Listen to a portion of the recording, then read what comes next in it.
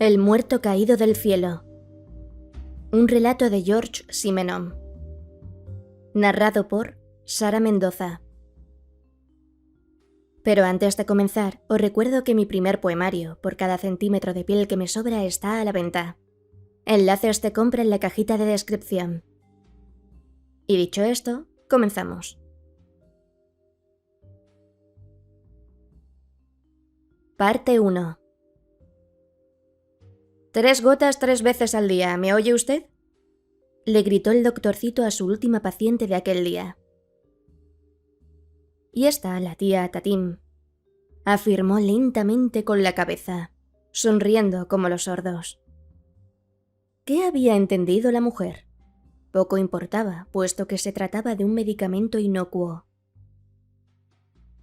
Como tenía por costumbre, Jean Dolem, el doctorcito, abrió a su enferma la pequeña puerta que daba directamente a la carretera. Como también era costumbre suya, fue a abrir la otra puerta, la de la sala de espera, para asegurarse de que ya no quedaba nadie más. La sala de espera estaba a oscuras. Por el momento no distinguió bien a la joven que se levantó y entró decidida a su gabinete. Cuando la vio a plena luz, con el cuerpo ceñido por un traje sastre de calidad, no pudo abstenerse de fruncir las cejas porque era la primera vez que su modesto gabinete pueblerino recibía la visita de una persona joven tan linda y elegante. «Le ruego excuse el desorden», balbuceó. «He visitado una veintena de enfermos esta tarde y...». Si por lo menos hubiera podido ponerse una bata y peinarse. No obstante, la desconocida se sentó en el brazo de un sillón cuyo asiento estaba abarrotado. Sacó un cigarrillo de una pitillera grabada con sus iniciales. Lo encendió con un mechero de oro y empezó. ¿Está libre a estas horas su sustituto? Es el doctor Mañé, ¿verdad? Me informé antes de venir. Sé que cuando usted está ocupado por un asunto, le confía la clientela. Ahora bien, yo desearía que usted viniera conmigo esta misma tarde. Decir que quedó sorprendido sería ridículamente inexacto. Pasmado lo sería todavía más. Abrió desmesuradamente los ojos mirando a aquella señorita, que no tendría 24 años, y que disponía de él con tal desenvuelto aplomo. Perdone, señorita, yo soy médico y no detective. Es posible que, por casualidad, me haya ocurrido que... ¿Y si la casualidad le proporcionara de nuevo la ocasión de ejercitar su talento? Supongo que habrá oído hablar de la misteriosa muerte de Dion. Dion era un pueblo situado a 40 metros de Rochefort. El doctorcito, hombre apasionado por las historias de criminales, no había tenido tiempo de leer los diarios de aquellos últimos días. Usted perdone, pero no estoy al corriente. En ese caso le voy a explicar lo que ha sucedido, y cuando me haya oído, me seguirá. Permítame, en primer lugar, que le entregue estos 2 billetes de 1000 francos a título de anticipo. Fui hoy exprofeso a Niort para vender una sortija y conseguir este dinero. Me interesa mucho que haga usted la investigación por mi cuenta. Exclusivamente por mi cuenta. Pobre infeliz. No pudo abstenerse de pensar el doctorcito, procurando imaginarse al hombre que un día se casara con aquella joven. Poco podrá ordenar en su casa. Pero instantes más tarde, ya no pensaba sino en lo que la joven le narraba sobriamente, con una simplicidad y precisión que raras veces se encuentran en los atestados policíacos. El tiempo iba transcurriendo. Ana entreabrió la puerta y preguntó, mirando con curiosidad a la joven que en aquel momento estaba sentada en el borde de la mesa y fumaba un cigarrillo tras otro. ¿A qué hora? La cena. Las miradas de Dolén y de la visitante se cruzaron. Él hubiera querido no ceder, para hacerla rabiar un poco, por lo menos. Pero no pudo dejar de responder. No cenaré en casa, no vendré a dormir tampoco. Poco después, la joven subió a un lujoso coche, que ella misma conducía, y el doctorcito, después de haberse cambiado de ropa, puso en marcha su Ferblantim. Cognot, más conocido en Dion por el nombre de Cognot el tartamudo, fue quien descubrió el cadáver. Hacía ya 6 días de esto. Eran las 6:30 de la mañana del primer martes de abril. Cognot, calzado con sus zuecos, había entrado en el huerto, con la pipa en la boca, empujando una carretilla que acababa de coger en la cochera. El tiempo era claro y fresco. El huerto era amplio y tan minuciosamente cuidado como un jardín público. Un muro blanco cubierto de espalderas lo rodeaba por 3 lados. El cuarto lindaba con la casa de los amos, a la que la población solía llamar el castillo debido a su importancia. Hacía 15 años que el castillo había sido comprado por una gente extremadamente rica, los Bukelin-Radot, que vivían en él la mayor parte del año. Cognot era su jardinero. Su mujer tenía a su cargo el gallinero. Había además 4 sirvientes, un hombre que hacía de mayordomo y de ayuda de cámara, una cocinera y 2 camareras. Todo eso solamente para 3 dueños, suspiraba Cognot moviendo la cabeza. A las 6:30 estaba tranquilo, no pensando más que en el estiércol que iba a esparcir por los arriates. Un minuto más tarde corrí hacia el castillo, pidiendo socorro, lo que, con su tartamudez, producía un efecto bastante raro. Cognot acababa de descubrir, entre las lechugas recién trasplantadas a lo largo de las paredes, el cadáver de un hombre que no conocía, que jamás había visto y que no se parecía a nada de lo que se solía encontrar en aquellos andurriales. No solamente el hombre estaba muerto, sino que no lejos de él había un gran cuchillo manchado de sangre, y Dios sabe cómo, la sangre había salpicado la pared enjalbada. Todo esto, el doctorcito, que corría por la carretera de Rochefort, lo sabía por la joven Martine Bocquelin-Radot, sobrina de Robert Bocquelin-Radot, propietario del castillo de Diom. El guarda rural había ido allí, luego el alcalde, la policía de Rochefort y finalmente el juzgado. Durante todo el día se pisotearon los arriates del pobre Cognot, que nunca había tartamudeado tanto, porque tuvo que volver a empezar su relato por lo menos 20 veces. Yo iba así, empujando mi carretilla, fumando mi pipa y pensando que este año sería un año de babosas, cuando... Se fotografió el cadáver por sus 4 costados. Se publicaron sus fotografías en los diarios junto con su filiación. Nadie lo había visto, nadie lo conocía. Parecía que había caído del cielo para morir, de una cuchillada en el corazón en aquel huerto apacible. El médico afirmó que la muerte había ocurrido la noche anterior, alrededor de las 9. El especialista de la identificación judicial, que había examinado el cuchillo, era aún más categórico. No había ni una sola huella dactilar en el mango, que era de madera, y por consiguiente susceptible de conservar huellas perfectas. Ahora bien, el muerto no llevaba guantes. Y no obstante, solo el suicidio es plausible, dijo el señor Bocquelin-Radot. No me imagino quién hubiera sido capaz de venir a matar a un hombre en mi huerto. ¿Cree usted más admisible el hecho de que un hombre a quien nadie conoce haya venido especialmente aquí para suicidarse de una cuchillada, lo que exige una sangre fría particular, y es prácticamente imposible sin dejar huellas? Pero en aquel caso había detalles todavía más extravagantes. En primer lugar, el muerto, por lo menos su aparente personalidad, puesto que nadie lo había visto vivo. Debía tener unos 50 años. Era muy flaco, de aire enfermizo, con el cuerpo gastado por los excesos, las privaciones y el alcohol.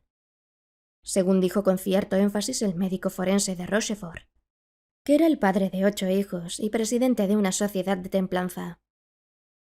Llevaba el pelo canoso muy largo, a lo artista, y una barbita recortada en punta bajo la que ostentaba una chalina negra a la manera de los antiguos pintores de Montmartre.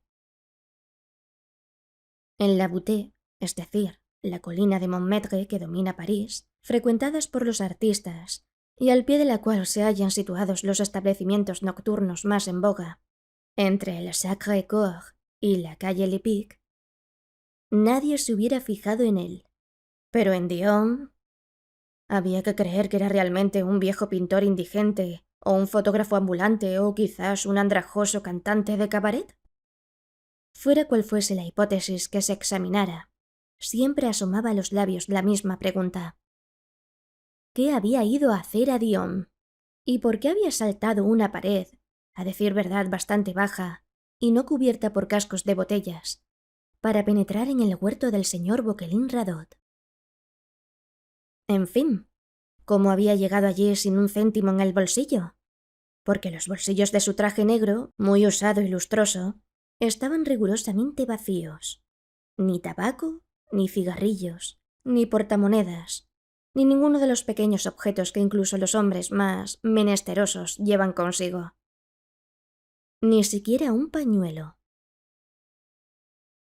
Una sola cosa. Una cartera que debió haber arrastrado consigo durante largos años, porque el objeto ya ni forma tenía. Y aquella cartera, sin duda en un tiempo repleta de papeles de todas clases, no contenía más que un solo y único papel.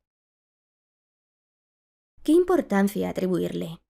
¿Había que creer, como el juez de instrucción, que aquel papel era el eje del asunto? Se trataba de un mensaje formado con letras recortadas de un diario y pegadas unas al lado de otras. El lunes a las 9, donde usted sabe. Discreción y misterio. Aquellas últimas palabras, sobre todo, ¿no sugerían acaso la idea de un embaucamiento o la de la obra de un chiquillo demasiado novelero? El hombre había fallecido precisamente el lunes a las 9 de la noche. ¿Fue con ayuda de ese mensaje con lo que se le dio cita y se le atrajo a Dion al huerto del castillo? Nadie le había visto atravesar el pueblo. No obstante, hacía buen tiempo y, a pesar de la oscuridad, había gente que tomaba el fresco, ya llegada la noche, en el umbral de la puerta. No se había encontrado bicicleta alguna. El desconocido no había cogido el autobús. La investigación, sin duda, no había sido llevada peor que otras. Las ropas fueron examinadas con gran cuidado. Ahora bien, las etiquetas habían sido arrancadas y ya no quedaba indicación visible en los destrozados zapatos que debían sorber el agua. Un inspector había interrogado a los empleados de la estación de Rochefort.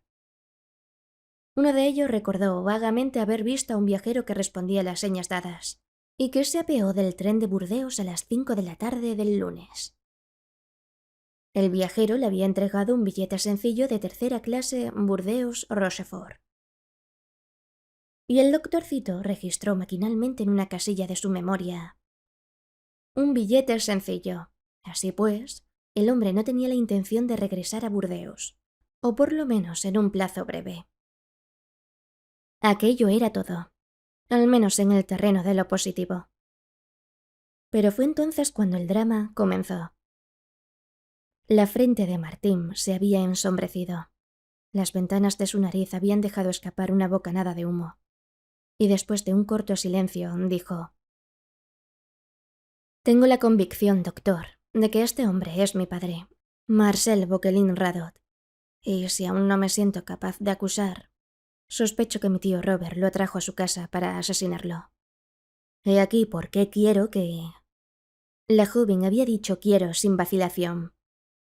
«Quiero que usted lleve a cabo una investigación personal, por mi cuenta, al margen de la oficial, demasiado mediatizada por la influencia de mi tío. Mi tío es rico. Después de su boda, se convirtió en uno de los altos administradores de la Compañía de Suez. Su nombre y su título impresionan a los funcionarios y hasta a los magistrados. Escribe libros de historia y alimenta la esperanza de entrar algún día en el Instituto de Francia. Contrariamente a su primera intención, el doctorcito no fue a Dion aquella tarde. Tenía hambre. Empezó por cenar copiosamente en la fonda de la estación de Rochefort. Y, después de tomar una habitación en el hotel, hizo lo que tan a menudo hacía en el curso de sus investigaciones. Entró en varias tabernas con la firme voluntad de abstenerse de bebidas alcohólicas, pero con una fuerza de carácter mucho menor. «Oiga, camarero, ¿estaba usted de servicio el lunes pasado?» «Sí, señor». Usted va a preguntarme si no vi a un tipo que llevaba una chalena. Es la tercera vez que me hacen la pregunta esta semana. Esto era algo molesto, pero en fin, no se desalentó. En la sexta taberna, regentada por una buena mujer charlatana, obtuvo resultado. Ya veo lo que quiere decir. Un artista, ¿no es eso? Experimenté cierta sorpresa cuando vi su fotografía en el diario. Y le dije a Ernest, el repartidor de gaseosas que vino el miércoles, que parecía como si el buen hombre sospechara lo que le aguardaba. ¿Estaba triste e inquieto? No puedo precisarlo, no, pero tenía unos ojos pequeños muy raros. Me veía como alguien que quiere olvidar sus preocupaciones. ¿Bebió mucho? 3 coñacs dobles. Mire, estas son las copas. Los vaciaba de un trago, luego miraba al suelo y a veces murmuraba palabras en voz baja. Desgraciadamente no comprendí lo que decía. ¿Qué hora era? ¿Cuándo se fue? Exactamente las 7:10. Lo recuerdo porque miró el reloj y exclamó: «Ya es hora». Si quiero llegar a las 9... Eso es cuanto sé.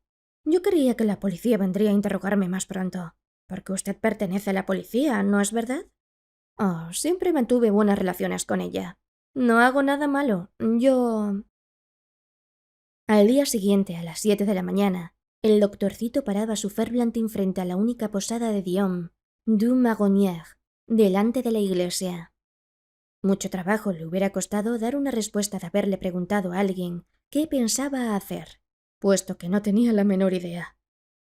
Hacía 7 días que los hechos habían ocurrido. Otra vez era martes.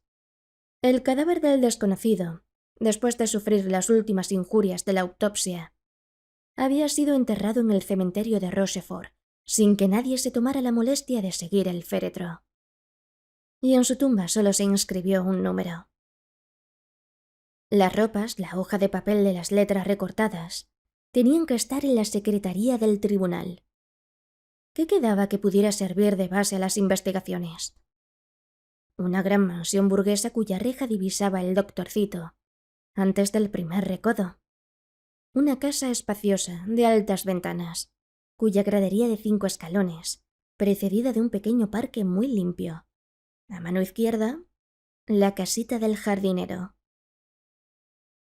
El huerto estaba situado en la parte posterior, así como un segundo jardín plantado de flores, y se comprendía que la gente del lugar llamara castillo a aquella propiedad. No me desagradaría tomar un tentempié. Un pedazo de salchichón, pan moreno y un cuartillo de vino blanco, por ejemplo. Voy a ver si han abierto la tocinería. ¿No le importa que el salchichón tenga ajo? Va. Apostaría doble contra sencillo a que no volvería a encontrar a la joven de la víspera.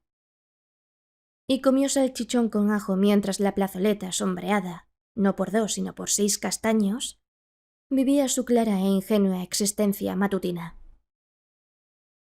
De pronto, después de oír voces durante algunos instantes sin prestarles atención, se estremeció, porque le chocó un tartamudeo que venía de la puerta de la panadería continua a la posada. El hombre que tartamudeaba, y que no era otro sino Cognot, estaba furioso, como si la mala suerte se hubiese ensañado personalmente en él. «Esto no puede durar», gruñó, no sin múltiples repeticiones de sílabas. «Porque si es para burlarse de mí, no volveré a poner los pies en su maldito jardín. Ya está bien encontrar allí a un hombre muerto. El jueves, durante todo el día, estuve buscando mi decámetro porque lo necesitaba para rectificar las avenidas. Sabía exactamente dónde lo había dejado. Voy a la barraca. Pongo la mano encima del estante. No hay decámetro. Por la tarde, voy al segundo jardín para sembrar y me faltó poco para caer. Tropezando. ¿Con qué? Con un decámetro que estaba desplegado. Voy a cogerlo, preguntándome qué imbécil se había apoderado de él sin mi permiso. Y en el extremo del decámetro, por poco caigo con un hoyo de cerca de 1 metro de profundidad, al pie de una higuera. Me enfado. Corro a la casa y Pregunto quién ha cogido el decámetro y quién ha cavado el hoyo. Nadie lo sabe. Todos, hasta el mayordomo, tienen aire de inocencia. Y esta mañana... Estaba indignado. Hacíase dificultoso su aliento, y padecía un tartamudeo capaz de cortarle la respiración. Mira, Eugene, dame un trago de vino blanco. Esta mañana voy hasta el riachuelo para ver si los berros han crecido. Es un rincón a donde se va todos los días, en el fondo de la propiedad. ¿Qué es lo que allí encuentro? Los piquetes que sirven para los cordeles, alineados a 1 metro de distancia uno de otros, como los clavan los cavadores cuando hacen una trinchera. Corro de nuevo al castillo. Los colmo de improperios. Les digo que, si ya no soy dueño del jardín, y lo embrollan sin mi permiso, presento mi dimisión. Y todos adoptan un aire todavía más estúpido que el de la víspera. Augusto, el mayordomo, me asegura que nadie ha puesto los pies en el fondo del jardín. De todos modos, yo quisiera saber lo que significan esas tretas. Y si la cosa ha de continuar así...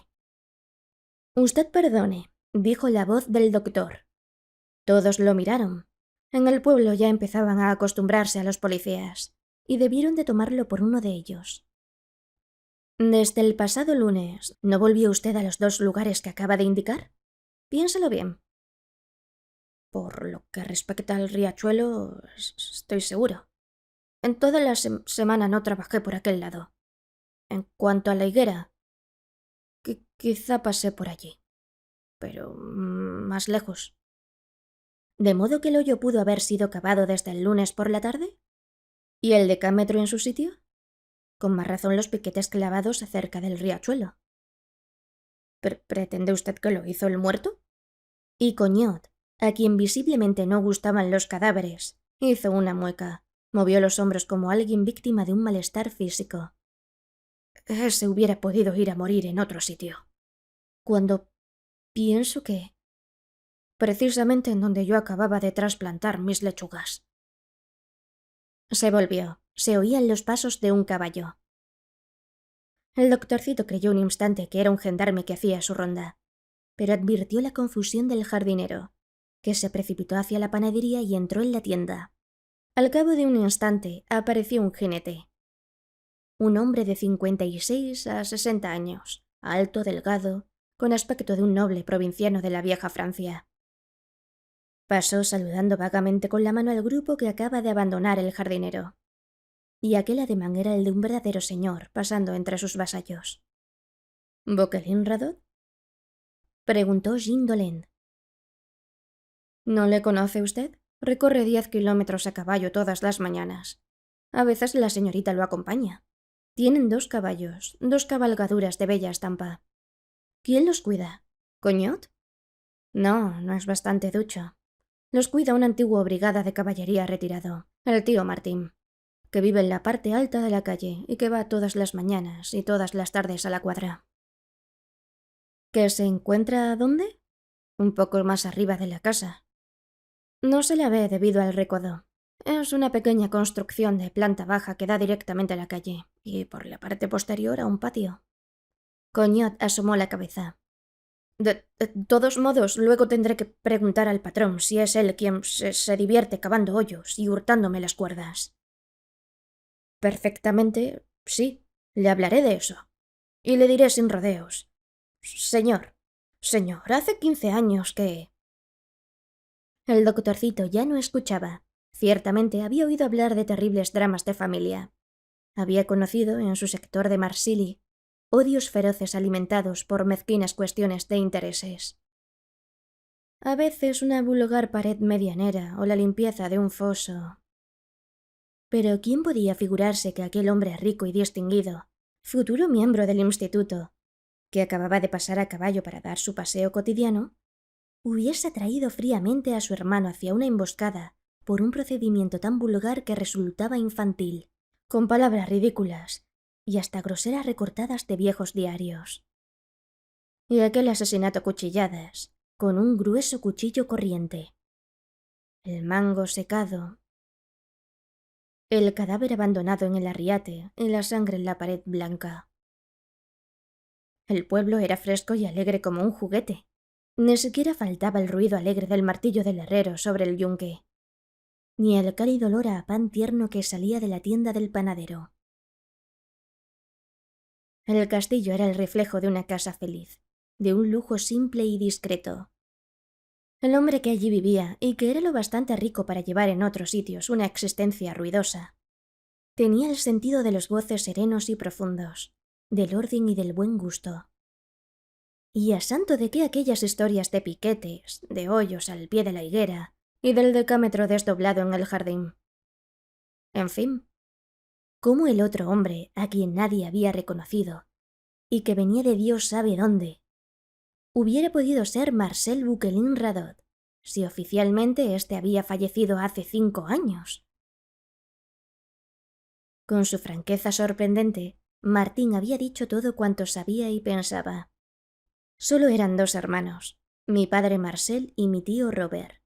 Mi padre, al parecer, dilapidó la parte de su fortuna. Cuando yo nací y mi madre murió al dar a luz, él decidió ir a rehacer su vida en las colonias, y me confió a mi tío. ¿Que todavía era rico? Mucho más rico, ya que acababa de contraer matrimonio con una joven cuyo padre poseía un puñado de acciones de Suez. Le confesaré enseguida que yo no conocía a mi padre. No he visto más que un retrato suyo de cuando era niño con su hermano. Me criaron mis tíos. Ya era mayor cuando me explicaron con gran misterio que mi padre no era lo que se llamaba un hombre honorable, que había cometido tonterías, hasta en África, donde se había refugiado. En fin, que en Dakar tuvo que escoger entre la cárcel o el manicomio. A fuerza de beber, ¿su razón se había desequilibrado verdaderamente? Eso fue lo que me contaron. Luego, ahora hace 5 años, ocurrió aquel terrible accidente del que sin duda habrá usted oído hablar. El asilo de Dakar fue pasto de las llamas. Todos los que en él recluidos, salvo 2 o 3, y mi pobre padre no figuró entre ellos, murieron abrasados vivos. Yo llevé luto. Y ahora... Era la educación de su tío, verdadera quinta esencia de gran burgués, lo que había dado a aquella joven semejante sangre fría. Miraba las cosas cara a cara, como en aquel momento miraba al doctorcito. Han tratado de ocultarme el cadáver del huerto. A pesar de todo, he podido acercarme. Mi tío me lanzó una mala mirada.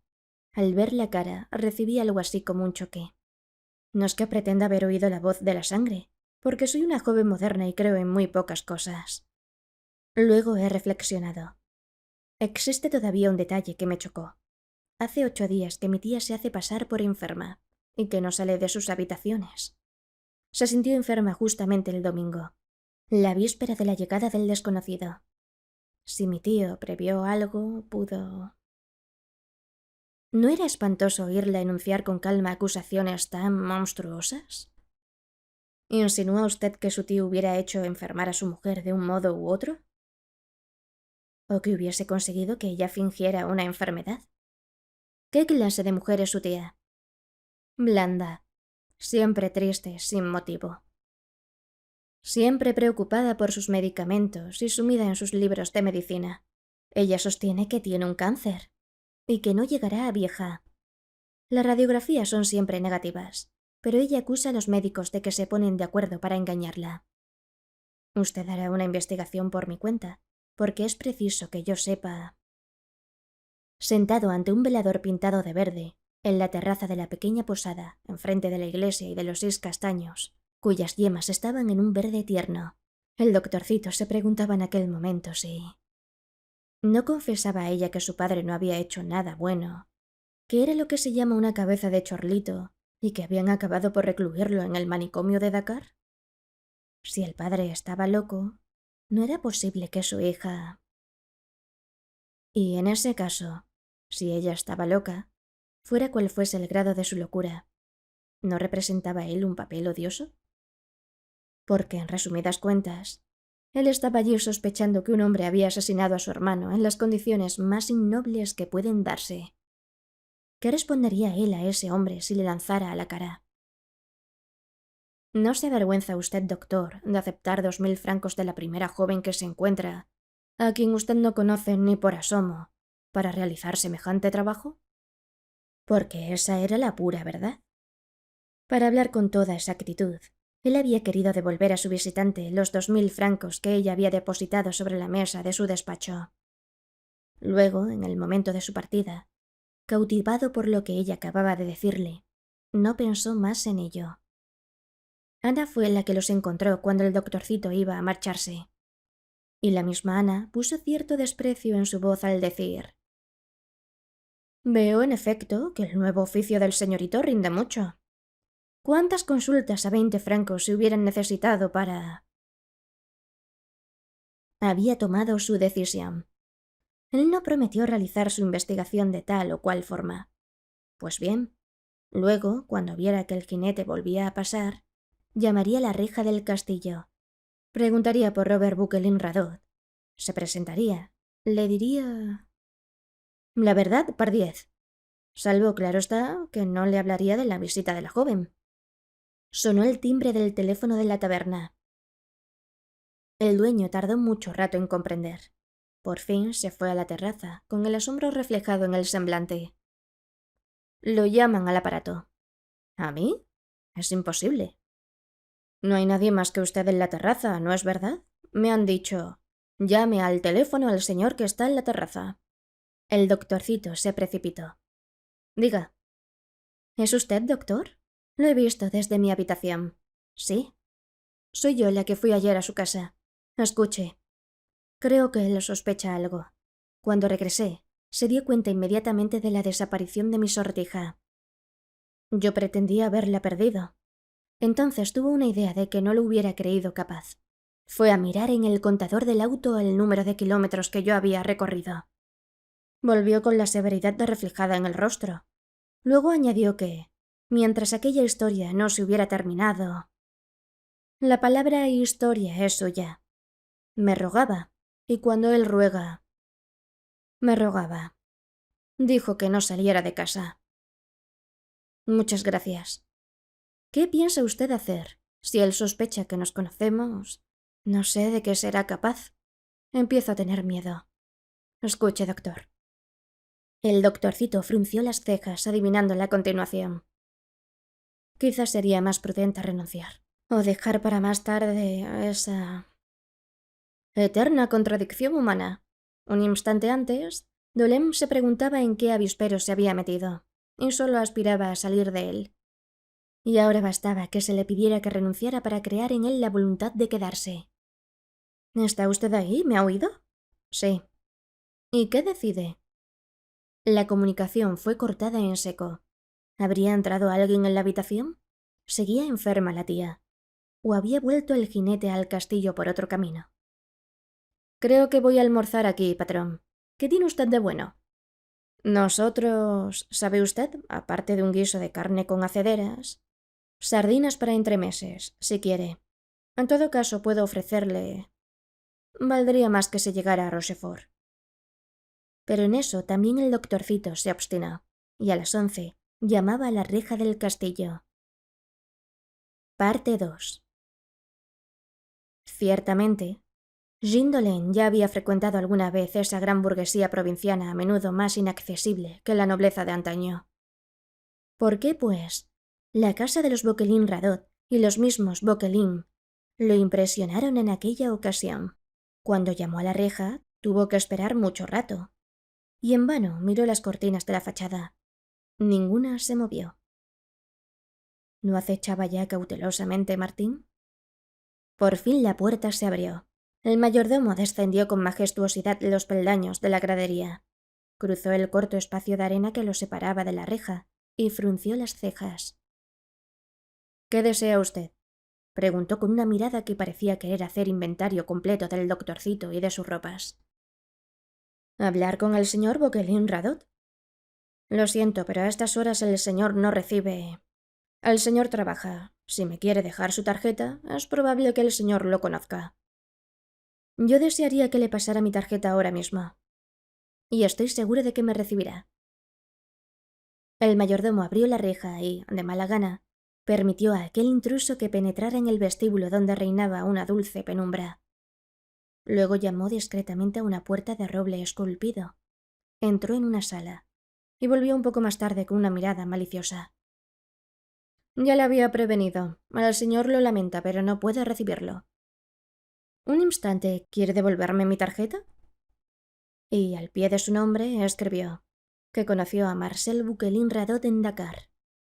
Y vaya por Dios, tal vez no lo hubiera hecho de no haber existido la insolencia del lacayo y aquella atmósfera de solemnidad que reinaba en la casa y que lo aplastaba. Se enardeció en el juego. Vuélvale a llevar esta tarjeta y ya verá cómo... Como usted quiera, pareció decir el mayordomo. Peor para usted. Y en efecto, fue peor para el doctorcito, que se lanzó aturdidamente en el más feo de los callejones sin salidas en que jamás hubiera forcejeado. Al principio, no obstante, fue alentador y creyó haber marcado un tanto. ¿Se hace el favor de seguirme? La puerta abierta dejaba ver una inmensa biblioteca, cuyas altas ventanas daban al jardín. Robert Bouquelin-Radot, a quien el doctorcito había visto por la mañana vestido de jinete. Llevaba entonces una bata de seda negra. Se hallaba sentado en un gran escritorio y vuelto de espaldas a una chimenea en la que ardían leños. Aquello era irritante. Era demasiado perfecto. Que en una época tan agitada se pudiera vivir como en los más apacibles días de antaño. El caballo de la mañana. El criado con chalecos a rayas. Aquella chimenea monumental y aquellos millares de libros de bellas encuadernaciones. Aquel jardín bien cultivado que se divisaba. Sin contar el suntuoso plateado de un pelo cuidadosamente peinado y la bata demasiado rica. Bouquelin-Radot no se levantó para recibirlo. Lo miró de lejos avanzar por la inmensa alfombra y se mantuvo imperturbable. Apenas sí, con una mano cuidada, señaló al visitante una silla enfrente de la mesa. ¿Cuántos años tiene usted, doctor? Dolén había venido para interrogar, y no para que lo interrogaran. Por lo tanto, se turbó bastante. 30. ¿Cursó sus estudios en Francia? En la Facultad de Burdeos. Hace, pues, unos 5 años que salió de aquella ciudad, de modo que... Bouquelin-Radot jugaba descuidadamente con la tarjeta de visita, y la dejó caer no sin ademán despectivo. Me estoy preguntando por qué ha sentido usted la necesidad de mentirme. Es imposible, en efecto, que usted haya conocido a mi pobre hermano en Dakar, puesto que, en el momento en que usted hubiera podido estar allí, él estaba ya muerto. Lo siento, doctor. Y se levantó para dar a entender que consideraba la entrevista como terminada, al paso que se encendía las orejas del doctorcito. Le ruego me excuse el uso de una estratagema tan vulgar, para introducirme en su casa. El otro cortaba con cuidado la punta de un cigarro, sin brindarle uno a su interlocutor. Ya sé que no tengo título alguno para meterme en un asunto que no me concierne.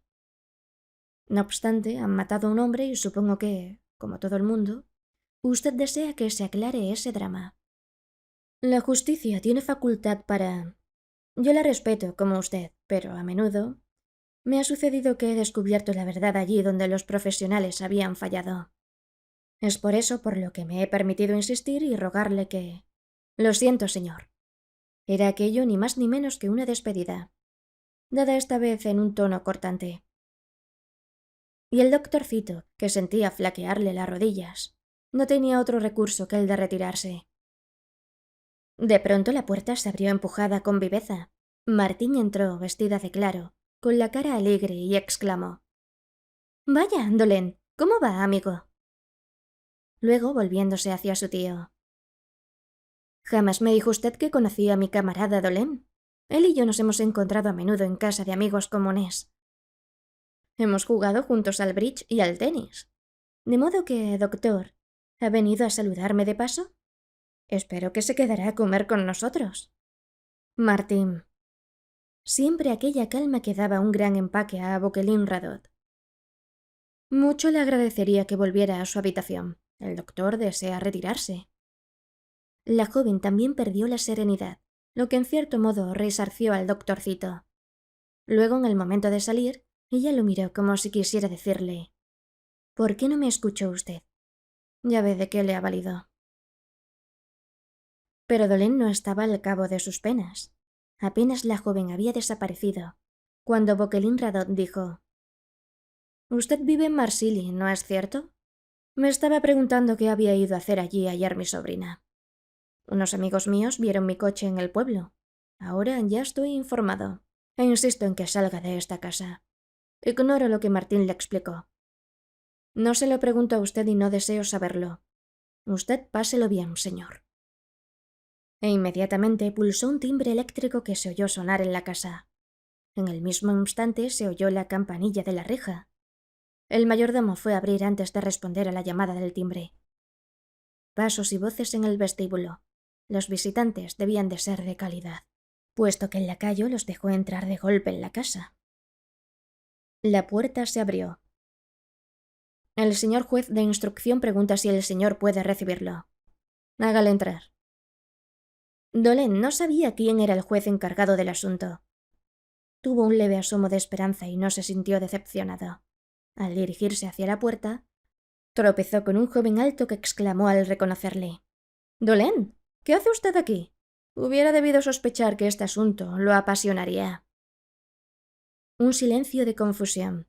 Detrás del juez, que Dolén conocía desde hacía mucho tiempo, iban un escribano y un inspector de Rochefort. «Me veo en la necesidad de molestarlo una vez más, señor Boquelin Radot, para aclarar ciertos detalles. Ya veo que usted conoce a mi amigo Dolén. Habrá, pues, oído hablar de su extraordinario olfato y supongo que... El señor Dolén ha forzado mi puerta y acabo de rogarle que se retirara», enunció fríamente el dueño de la casa. La turbación se apoderó del ánimo de todos. El juez creyó deber insistir, a pesar de la mirada que le lanzó su camarada. Hubiera sido, no obstante, un precioso auxiliar, y me pregunto si en esas condiciones... Lo siento, señor juez. Encontraron a un desconocido muerto en mi jardín, y la ley no me permite prohibir a usted la entrada en mi casa, ni impedirle que interrogue a mi servidumbre y que me interrogue a mí. No por eso deja el carbonero de ser rey en su casa, según una antigua tradición francesa, y si ese caballero se pone terco, me veré obligado a ordenar que mi gente lo eche a la calle. Aquel fue el instante más desagradable de la vida del doctorcito. Sintió cómo la sangre le subía a la cara, luego influía a su corazón y lo dejaba pálido y sin voz. ¿Qué hubiera podido hacer? ¿Precipitarse hacia aquel hombre y abofetearlo? Pero no solamente aquel hombre estaba en su casa y por consiguiente tenía el derecho de hacer lo que hacía, sino que, además, como era 2 palmos más alto que Dolén, el gesto hubiera sido ridículo. Se fue. Chocó con una jamba de la puerta. Experimentó la desagradable sorpresa de tropezar con el mayordomo, que debía haberlo oído todo y que le alargó irónicamente su sombrero murmurando: «Por aquí, si el señor quiere tomarse la molestia de... subir a su coche, regresar a Marsilly, tratar de olvidar aquella aventura humillante». En primer lugar, había dejado su Ferblanten en la puerta de la posada, y cuando se encontró enfrente de la terraza, Dolén sintió la necesidad de entrar para echar un trago. No solo bebió un vaso, sino 3. A partir de aquel momento, su estado de ánimo tuvo tiempo para modificarse. Su mirada se volvió dura. «Nos veremos las caras, señor Boquelin Radot». Pero ¿merecía la pena proseguir una investigación de la que los interesados lo excluían tan categóricamente? ¿Esperar la salida del juez de instrucción y pedirle los informes indispensables? ¿No ha olvidado mi guiso de carne? Va cociendo a fuego lento, señor. Dentro de 1 hora... ¿No huele usted ese aroma? Un hombre cruzó la plaza, con una enorme bolsa de cuero a cuestas y tocado con una gorra de uniforme. Arrastraba los pies al andar. «Luis», gritó al entrar, «una carta para ti y una factura». «Oye, ¿tienes parientes en Argel? ¿Me guardarás el sello para la colección del chico?» El doctorcito, sumido en sus reflexiones, levantó la cabeza, miró al cartero rural de largos bigotes rojizos y la expresión de atontamiento desapareció de su rostro. Sus pupilas se contrajeron y su mirada se volvió aguda. ¿Qué va usted a tomar, cartero? Estoy cansado de beber solo. Parte 3. No es que me aburre aquí, pero ya es hora de que me vaya. Sepa usted que tengo que servir como quien dice 2 pueblos, ya que Dion cuenta con un villorrio a 2 kilómetros de aquí. Voy allí, precisamente, dijo el doctorcito a todo evento. ¿Va usted a Morillón? ¿A casa de quién? ¿Cómo no hay más que 4 casas? Voy a visitar el pueblo como turista. Si quiere usted que lo lleve en mi carro... Es que tendrá que detenerse varias veces por el camino, a causa de la ronda. Y así fue como su Ferblantin cumplió aquella mañana una misión oficial transportando el correo de Dion a Morillón. ¿Es bonita la colección de su hijo? Empieza a ir por buen camino. Usted ya se da cuenta de que nosotros estamos cerca de la fuente. Cuando ve un sello extranjero, pido a la gente que me lo dé. Conozco a todo el mundo. Es raro que me lo nieguen, salvo el panadero, que también es coleccionista. Sin contar con que el castillo debe de recibir mucha correspondencia. Mucha. Los Bukelin-Radot solo nos dan tanto trabajo como todo el pueblo reunido. Una de las 4 casas de Morillón era una taberna ultramarinos, y el doctorcito y su compañero sintieron la necesidad de beber. Como puede comprobar, no hay gran cosa para ver. Ahora tengo que regresar. Yo lo acompañaré. No hay gran cosa para ver, como usted dice, y me gustaría ver la colección de su hijo. Yo soy filatelista también. Tal vez podríamos hacer cambios con nuestros sellos repetidos. Al mediodía estaba en casa del cartero, cuya mujer lo aguardaba para servir el almuerzo. ¿Una copa de blanco? Vea, aquí tiene el álbum. No está aún todo clasificado. Un instante después, Dolen ya había tropezado con 5 sellos de Dakar. ¿Son recientes? Oh, no, durante cierto tiempo se recibía en el castillo una carta procedente de allí todos los meses. Fue lo que me decidió a pedirle al mayordomo que me guardara los sellos. Luego la correspondencia cesó. Vea, aquí tiene un sello de Conakry que llegó poco después, hace 5 años. Si mal no recuerdo, fue porque un antiguo camarada de regimiento estaba en aquella época en Conakry. Y me escribió la misma semana. Yo me dije, el señor Bukelin-Radot y yo tenemos amistades en el mismo rincón del mundo. Cuando el doctorcito salió, media hora más tarde, poseía por lo menos una base para su investigación. En efecto, si el correo de Dakar había cesado bruscamente, sin duda a consecuencia del incendio del asilo, una carta de Conakry, situada a algunos centenares de kilómetros más al sur, no tardó en llegar. Y luego una de Matadi, más al sur todavía, en el Congo belga. A partir de entonces era interesante seguir la pista.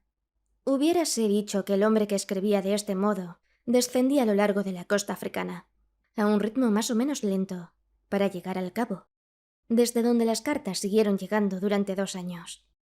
Luego nada más de África. En cambio, un sello fechado en Hamburgo unas semanas más tarde, y de Hamburgo parten y arriban las líneas alemanas de navegación que recorren la costa africana. El sello de Hamburgo solo databa de 2 años. Luego un sello belga, Amberes. Siempre puertos. Después de Amberes, por cierto, ya no se encontraban más sellos extranjeros procedentes del castillo. Mi guiso, patrón. Ya va, ya va.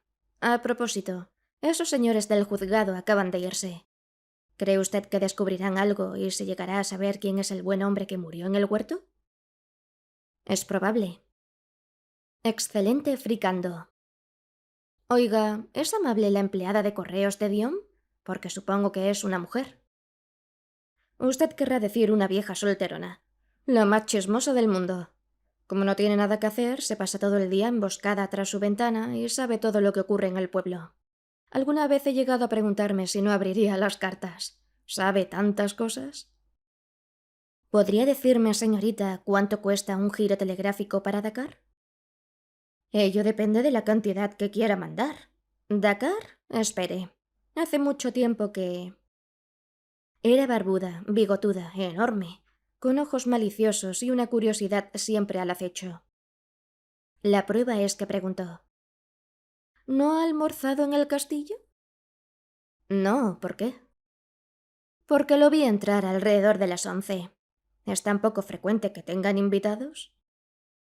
Hasta me sorprende un poco tratándose de gente rica, porque, al fin y al cabo, la vida no es muy divertida en Dion, que digamos. Y si yo tuviese sus rentas... Dakar. ¿Ha dicho usted 1.000 francos? ¿Y sin texto en el telegrama? 82 francos. Aproximadamente el mismo precio que para Conakry. Ah, sí, olvidaba que usted ha debido de enviar giros telegráficos a Conakry. ¿Cómo lo sabe usted? Mi camarada Boquelin me lo ha dicho. Él tenía un amigo allí, un amigo que no triunfó. No debió de permanecer allí mucho tiempo porque solo le expidió un giro telegráfico que envié a África. Allí la gente usa los giros postales. Se ha de tener mucha prisa para... Pero después envió otros giros, ¿verdad? Matadi, luego... ¿También usted es amigo del señor Yelis? Llegó un momento en que creí que se trataba de un viajero que daba la vuelta al mundo. Hubiera preferido que en vez de cartas enviase al señor Boquelin Radot tarjetas postales, porque hubiera tenido una idea de lo que son aquellos países. ¿Siempre 5.000 francos? Para Matadi el giro, si la memoria no me falla, fue de 10.000. Y por cierto que me dio mucho trabajo, porque tuve que traducir en moneda belga, y los problemas de cambio. Después, con la libra inglesa... Cuando Yelis estaba en el Cabo. Exacto. Ya veo que conoce usted la historia. Estuvo allí cerca de 2 años. Casi en cada buque venía una carta con su letra. Una letra sorprendente que yo reconocía desde lejos. Era tan irregular, con las líneas que se entrecruzaban hasta tal punto de que apenas podía leerse. Luego hubo una carta de Tenerife, escrita en papel de un buque alemán. Toma, me dije, ese señor regresa a Europa. Pero si a mí me enviasen tanto dinero, lo aprovecharía para visitar la China y el Japón, porque en aquel momento los amarillos no estaban aún en guerra. Hamburgo, Amberes. Eso es. Parecía como si regresara por pequeñas etapas. Empleaba mucho tiempo en ello, y los giros cada vez más pequeños. Salvo el penúltimo. De 1.000 se pasó de un solo golpe a 20.000. Fue el giro de Amberes. Después hubo una carta de Bruselas, 2 o 3 de París y, finalmente, hace apenas 15 días, una carta de Burdeos. Estaba tan mal escrita que, si no hubiese sabido la dirección de memoria, no hubiera podido leerla. ¿Envió un giro el señor Boquelin Radot? No, no vi nada más. Bien, ¿cuál es la dirección de su camarada de Dakar? Pensándolo bien, voy a esperar un poco. Al precio a que están los giros telegráficos... ¿Qué mirada lanzó al pasar con su Ferblantin por delante del castillo del señor Boquelin Radot? ¿Se equivocó al creer ver una mano que le hacía señal entre las cortinas del primer piso? Soy yo, no se moleste. Oiga, Dupris, ¿qué me dice usted de la recepción que se me ha dispensado? Había llegado a Rochefort. Estaba sentado en el despacho de su camarada Dupris, el juez de instrucción, y Dupris lo miraba con cierta sorpresa. Parece usted muy excitado, amigo. Confieso que no llego a comprender su pasión por esas historias criminales. Le confieso que, si no fuera mi profesión, preferiría ir a jugar una partida de golf y... ¿Hay novedades? Propiamente hablando, no. Descubrimientos extraños en los jardines. Una historia abracadabrante, de decámetros y de hoyos. Ya lo sé. Ah, otra historia de piquetes clavados como para... También lo sé. Como para marcar un lugar determinado, o más exactamente como para encontrarlo, ¿no es verdad? Lo suficiente para dar a entender que se ha tratado de desenterrar en el jardín, vaya usted a saber qué tesoro. La sorpresa del juez aumentó. Pensé en ello, confesó, pero yo no me fío. Ya nos exponemos demasiado a dejarnos influir por toda la literatura policíaca, que goza hoy día de gran predicamento. Si le dijera que sé por lo menos de 20 propietarios que se imaginan que hay un tesoro escondido en su propiedad y que gastan un dineral efectuando excavaciones. Es una enfermedad crónica del campo. Basta con que un labrador haya algunas viejas monedas de oro en sus tierras para que a 100 leguas a la redonda... ¿Qué dice a eso Boquelin Radot? Que jamás oyó hablar de tesoro ni de nada parecido. que desde luego jamás se delitó cavando en su jardín ni hurtando el decámetro de su jardinero. ¿No cree usted que éste bebe más de la cuenta y que pudiera ser que su imaginación... ¿Es Bukelin quien se lo ha sugerido? No, conmigo es cortés y nada más. ¿Responde sí o no? Hoy visité por tercera vez el lugar de autos y, por consiguiente, sostuve con él una tercera entrevista. He de decir que me pareció experimentar cierto cansancio. ¿Fue el efecto producido por la visita de usted? No ha perdido nada de aquella calma olímpica que lo caracteriza y que hace de él un académico perfecto. Sin embargo, bajo aquella calma, me pareció percibir como una inquietud sorda. ¿Qué hacía el lunes a las 9? Eso es lo más extraño. Dice que no se acuerda. Según él, una vez terminada la cena, y la cena se termina siempre a las 8:30 aproximadamente, toma el fresco durante algunos minutos en la terraza o en el jardín. Después entra en su despacho, donde dedica cerca de 1 hora a la corrección de pruebas de imprenta. ¿Quién se encuentra en aquel momento en la planta baja? La servidumbre en el ala derecha, bastante lejos del despacho que usted ha visto y que, dicho sea de paso, es magnífico. ¿Y las mujeres? Están la mayoría de las veces en un saloncito del primer piso. La joven lee o redacta su correspondencia. Su tía, fatigada siempre, dormita en un sillón. ¿Y nadie oyó nada anormal? Nadie. Me informé para saber si las ventanas estaban abiertas. Dada la estación, no lo estaban. ¿Los Cognot?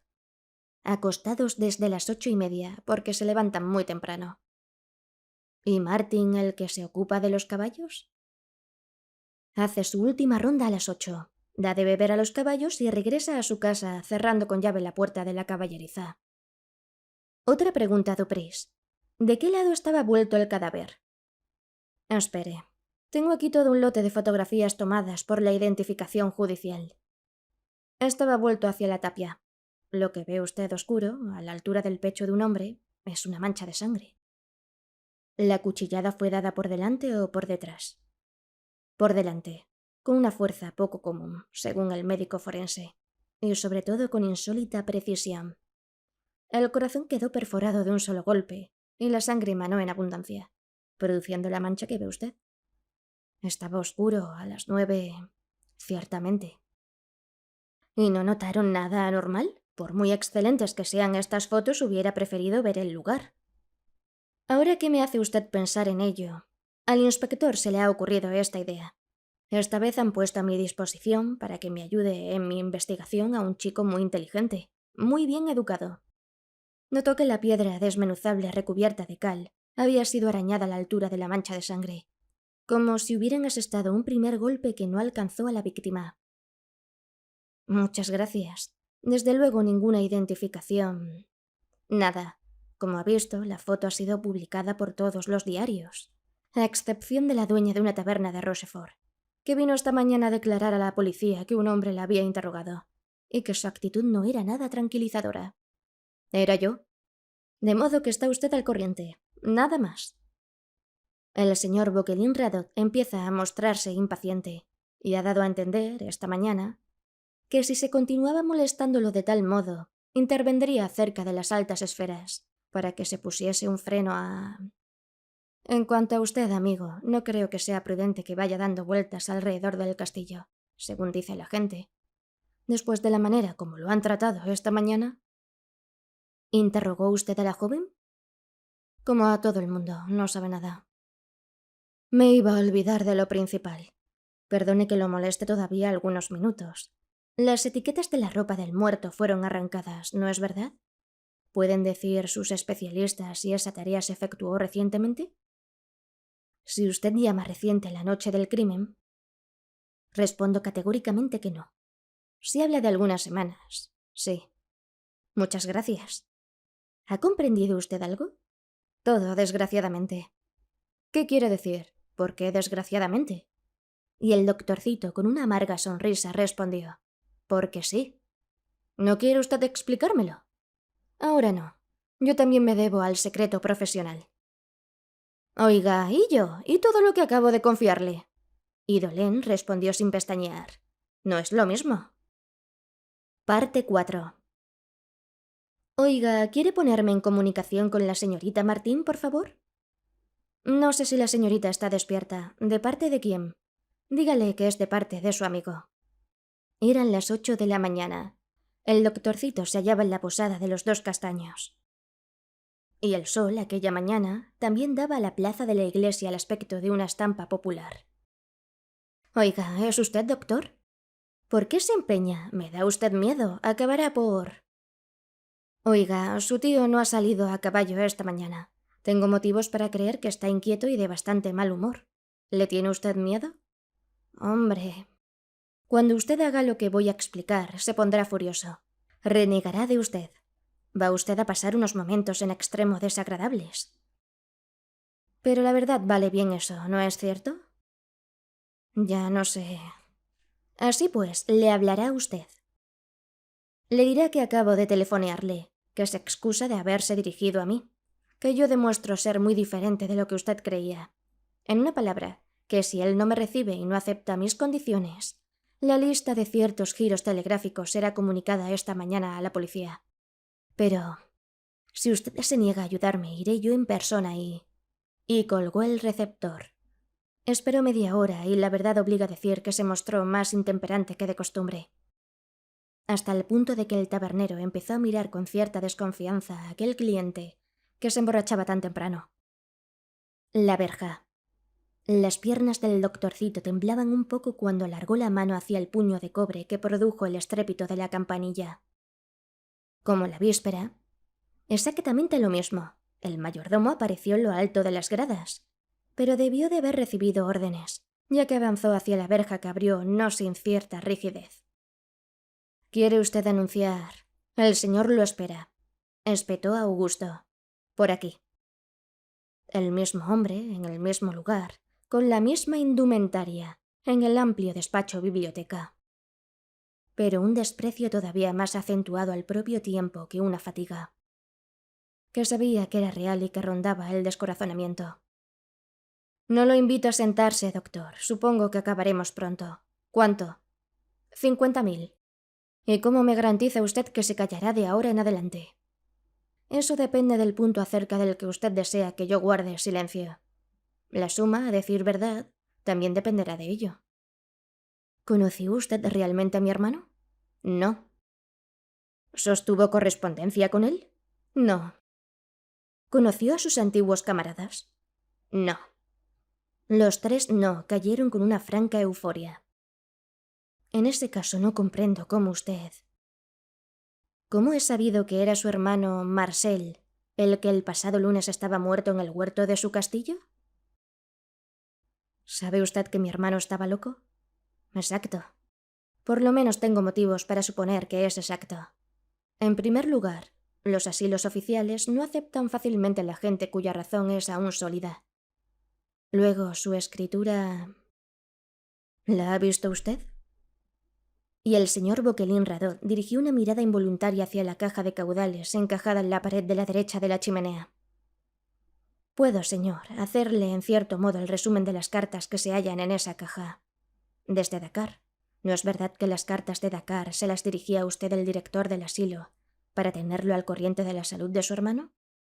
La última debió de ser más oficial todavía, puesto que le anunció su fallecimiento. Tan solo una carta desde Conakry, cuya letra no dejó usted de reconocer, a pesar de que la firmaba Yelis. ¿Usted se ha introducido en esta casa? Tartamudeó Boquelín Radot, olvidando su empaque. No. Después de Conakry, Matadi. Después de Matadi... ¿Quiere usted que le enumere las cantidades que mandó a su hermano, que le reclamaba dinero sin cesar? Cada vez, supongo yo, le prometía enmendarse, desaparecer para siempre en la maleza.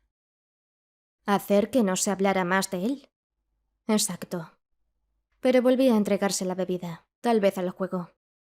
Y la carta siguiente era otra nueva petición de dinero. Decididamente el señor Yelius no valía más que el señor Marcel Bouquet. Cállese usted. Ha dicho 50.000 francos. Voy a firmarle un cheque y... ¿Hamburgo? ¿Eh? He dicho Hamburgo, Amberes, París, Burdeos. Continuó la serie de peticiones de dinero y de giros telegráficos. ¿Y si termináramos, doctor? No, señor Boquelín Radot. ¿Considera usted que 50.000 francos no son suficiente y espera, sin duda? Espero algo, en efecto. Le prevengo que... Prosiga, se lo ruego. Que si continúa en ese tono voy a telefonear al Palacio de Justicia de Rochefort y les diré a los señores del juzgado. Hágalo. ¿Es un reto? Como usted guste. Y en ese como usted guste volvió a ser el gran burgués de la víspera.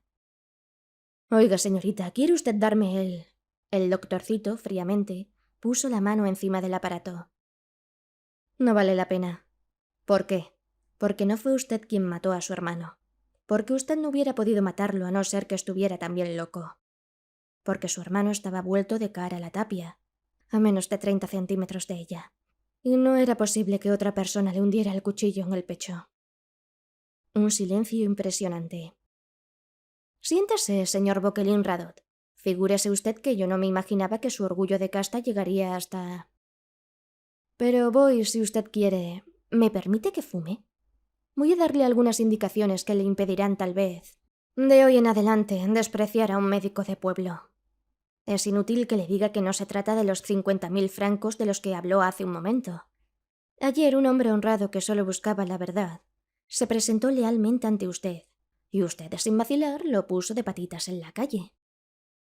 Hoy, para penetrar en este despacho, para arrancarle algunos minutos de conversación, he tenido que hacerme pasar por un chantajista. Estaba sentado con las piernas cruzadas, no en la silla de la víspera, sino en un profundo butacón. Aquello era ya un conato de venganza. Observe que en este asunto no es usted quien me interesa, sino su hermano. Usted siguió el camino corriente y fácil, rico, considerado, más rico aún después de su boda. Se entregó usted a la redacción de trabajos de historia que no exigen genio alguno, y de los que saca gloria y honor. Su hermano, en cambio, menos disciplinado, cayó desde el principio de su existencia en el desorden. Como no me pide usted una consulta médica, no le he de decir a consecuencia de qué enfermedad o de qué exceso se volvió medio loco o loco del todo. Lo cierto es que era un náufrago y que, una vez aquel encerrado en un asilo de Dakar, usted se sintió más a sus anchas, porque ya no era de temer un escándalo que afectara al nombre de los Bouquelin-Radot. Ocurrió aquel desgraciado incendio, y el hecho de que su hermano se salvara sin que nadie lo supiera, y el de que una vez libre le pidiera... Una voz calmosa y mate. ¿Sabe usted, doctor, lo que me pidió? Dinero. Al principio 1.000.000. ¿Y sabe usted con qué amenaza? La de venir a recoger a su hija, que mi mujer y yo habíamos adoptado y que considerábamos como nuestra. Y usted envió 5.000 francos. Envié pequeñas cantidades para impedir que hiciera más locuras. Cada vez se sobreexcitaba más. Lo creía capaz de todo. Sus cartas, que aquí están... Ya lo sé. Usted las leerá. ¿Hacerlo internar otra vez? Tuve compasión. Esperé que llegaría a anclar en algún sitio. Pero en lugar de eso se volvió cada vez más exigente y hablaba sin cesar de llevarse a Martín. Cuando vi que se estaba acercando... Hamburgo. Hamburgo, sí. Y luego Amberes. Usted tuvo miedo del escándalo. Menos por mí que por Martín. Le ofrecí mayores cantidades y se comprometía a quedarse en el extranjero. Pero entonces su locura fue en aumento. Y se puso a reclamar millones. Ahí están las cartas. Ya lo dijo usted. ¿Qué hubiera usted hecho en mi lugar? Le envié 20.000 francos afirmándole que ya no obtendría más. Y fue entonces cuando se acercó más, Burdeos, y cuando empezó a meditar una venganza. En su espíritu usted era el enemigo, el aprovechado de la familia, el que tenía no solamente la fortuna, sino a su hija, y por añadidura la consideración. He estudiado psiquiatría, señor. Él buscó una venganza de loco. Crear un drama de tal modo que naufragaran en él la tranquilidad y el honor de usted. Lucidez de los locos. Lucidez que se aplica a los pequeños detalles. Un cadáver anónimo, ropas anónimas y una carta extraña que le daba cita en su huerto. Todavía esto no basta para que se fijaran en usted. Busca complicaciones. Es donde se manifiesta verdaderamente loco. Candidato sin duda a la parálisis general. Llega antes de la hora y descubre la habitación donde se guardan los utensilios. Se lleva al jardín el decámetro, los piquetes, una azada y cava un hoyo. ¿Cómo no iba a ser seguida la investigación por toda la prensa, siendo el caso tan misterioso? Y luego se mata, como lo tenía decidido desde hace mucho tiempo. Pero se mata de manera que parezca un crimen. Limpia el mango del cuchillo con su chaqueta. Apoya el mango en la tapia, con la hoja colocada en el pecho a la altura del corazón. No lleva guantes. ¿Quién creerá que la ausencia de huellas digitales no prueba el asesinato? Lo odia, le repito. Él es del clan de usted, de su mundo. Pero su clan y su mundo lo han relegado a los asilos. Es a usted solo, a quien hace responsable. Dígame, doctor. Y el doctorcito soltó. Cállese. Le tocaba ahora ser categórico. Tiene usted tanto miedo a un escándalo por usted y por su familia que se calla y... ¿Cree usted que hubiera sido preferible revelar a Martín lo de su padre? ¿Y comprometernos, verdad, su elección en el instituto? El señor Bokelin-Radot agachó la cabeza. Es usted duro, doctor. Siempre que sea posible el escándalo debe cortarse. Y no veo en qué hubiera sido preferible. Eso es todo lo que tenía que decirle, caballero. Como usted dijo ayer tan justamente, yo no estoy encargado de las investigaciones. Me he valido de la astucia para entrar en su casa, aparentando ser un chantajista, porque de lo contrario, como ayer mismo, se me hubiera echado a la calle. ¿Qué piensa usted hacer? Nada, volverme a casa. ¿Y? Vaciló, no sabía cómo formular la pregunta. ¿Y si encuentra a su amigo el juez de instrucción?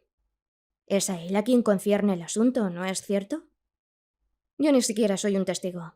En cuanto al cheque, más adelante, cuando ya no se pensará más en este asunto, que, según supongo, nadie aclarará, me pregunto si no sería de desear que el cadáver de su hermano...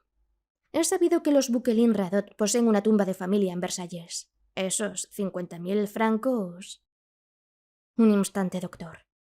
Usted dispense, pero tengo mucha prisa. Ahora era el otro el que parecía ir tras él. Era el doctorcito quien se escabullía. Es necesario, no obstante, que yo... Mayordomo, llamó Dolin una vez en el vestíbulo. Mi sombrero me abrigó. Tenga por lo menos la bondad de... Sin cumplidos. Es usted muy amable, señor Bokelin-Radot. Pero mis obligaciones... Estoy muy ocupado. Lo que había guardado para saborearlo en presencia del asombrado mayordomo. Tengo el honor de saludarlo.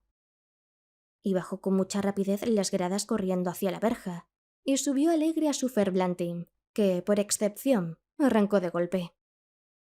Fin.